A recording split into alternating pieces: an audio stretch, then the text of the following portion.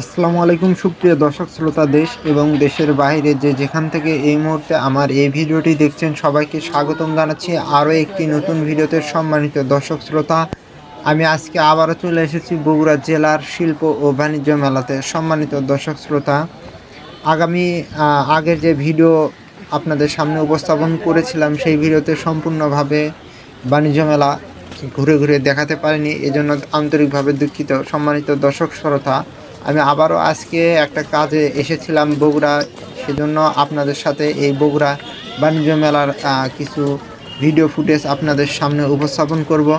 এবারের বাণিজ্য মেলা কিন্তু খুবই অল্প একটা জায়গাতেই কিন্তু অনুষ্ঠিত হয়েছে। আমাদের প্রাণপ্রিয় বগুড়া জেলার বগুড়া শহরের মোহাম্মদ আলী হাসপাতালের ঠিক সামনের যে কোয়ার্টার ছিল, এই কোয়ার্টারের মাঠেই কিন্তু এই মেলাটা অনুষ্ঠিত হয়েছে। এবারের মেলা আসলে জমকালোভাবে প্রচারণা চালালেও কিন্তু আসলে সেইভাবে মেলাতে কিন্তু জায়গাটা স্পেসটা খুবই অল্প ছিল, যার কারণে মেলাতে খুবই কম স্টল ছিল। এছাড়াও যে সকল স্টলগুলো ছিল সেগুলো দেখলাম যে প্রয়োজনীয় বেশ কিছু জিনিসপত্র মিসিং আছে। তার মধ্যে একটা জিনিস মিসিং মানে আমার মনে হলো, সেটা হচ্ছে ইলেকট্রনিক্স পণ্যগুলো কিন্তু এই মেলাতে দেখতে পারলাম না। আমাদের ছেলেদের বিভিন্ন ইলেকট্রনিক্স যে জিনিসপত্রগুলো থাকে সেগুলো কিন্তু এই মেলাতে ওঠেনি। সম্মানিত দর্শক, কথা বলতে বলতে কিন্তু আমরাও ঠিক মেলার একদম সামনে চলে এসেছি। দেখতে পাচ্ছেন যে এইখানের সামনে একটা কোট সোয়েটারের দোকান, এবং আমার বা সাইডে একটা বিশাল টাওয়ার, যে টাওয়ারে কিন্তু রাতের বেলা চমকালো একটা ঝাড়বাতি এবং আলোকসজ্জার দ্বারা সাজিয়ে রাখা হয়, এবং বিভিন্ন রং বেরঙের তারা কিন্তু এই টাওয়ারে দেখা যায়। সম্মানিত দর্শক শ্রোতা, আমরা দেখতে দেখতে ঠিক একদম অল্প কিছু সময়ের মধ্যেই, কথা না বলতেই দেখতে পাচ্ছেন যে মেলা শেষ। তো আমরা গেট দিয়ে বেরিয়ে আসলাম, বেরিয়ে এসে আপনাদেরকে গেটটা দেখাবো। এই মেলার আসলে যে সুন্দর একটা জিনিস সেটাই হচ্ছে এই গেট। শিল্প বাণিজ্য মেলার সবচেয়ে সুন্দর জিনিসগুলোর মধ্যে এই গেটটাই সবথেকে সুন্দর, ভালো লাগার মতো। তাছাড়া 20 টাকা দিয়ে ভেতরে ঢুকে দেখার মতো আসলে কিছুই নাই। তারপরে আমরা দুই ভাই মিলে চলেছি আমার ছোট ভাইকে নিয়ে। আমরা বগুড়া শহরের ফাঁকা এই রাস্তাতে একটু ঘুরবো।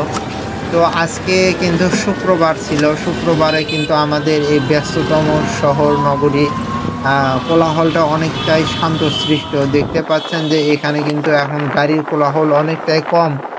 তাছাড়া কিন্তু সবসময় বগুড়া শহরে এখন কিন্তু যানজট লেগেই থাকে।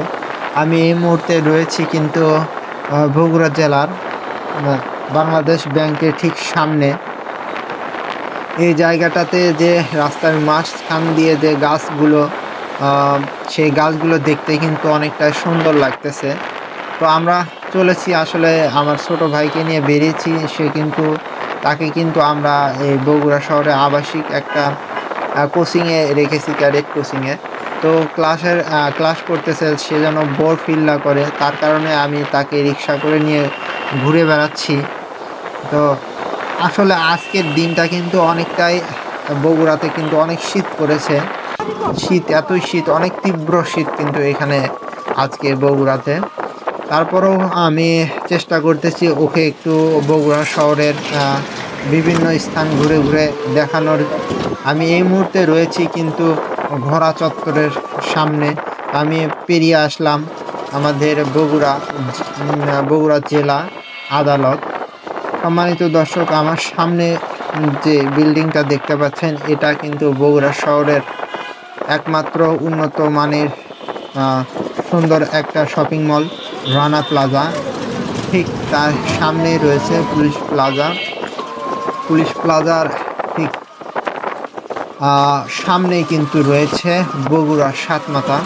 তো দেখতে দেখতে কিন্তু আমার ছোট ভাইকে নিয়ে আমি চলে এসেছি ইতিমধ্যে প্রায় সাতমাথার কাছাকাছি। বগুড়া শহরের একমাত্র প্রাণকেন্দ্র কিন্তু এই বগুড়া জেলা সাতমাথা নামক যে স্থানটা রয়েছে, সেটা সম্মানিত দর্শক, আমি আসলে এখানে আসার আরও বড় একটা উদ্দেশ্য ছিল, সেটা হলো আমার ছোট ভাইয়ের যে কোচিংটা ছিল, শাহিন ক্যাডেট কোচিং, শাহিন শিক্ষা পরিবারের পক্ষ থেকে আজকে অভিভাবকদের মত বিনিময় সভা ছিল বগুড়া জেলা স্কুলের যে অডিটোরিয়াম ছিল সেখানে। তো আমরা চলেছি আসলে অডিটোরিয়ামের দিকে, দেখলাম যে অনেক ছেলেপেলে কিন্তু শুক্রবারের হওয়ার কারণে এখানে খেলাধুলা করতেছে। তো খেলাধুলাও দেখলাম, খেলাধুলা দেখে আমরা চলে এলাম অডিটোরিয়ামের ভেতরে। দেখতে পাচ্ছেন যে এখানে কিন্তু অনেকেই উপস্থিত হয়ে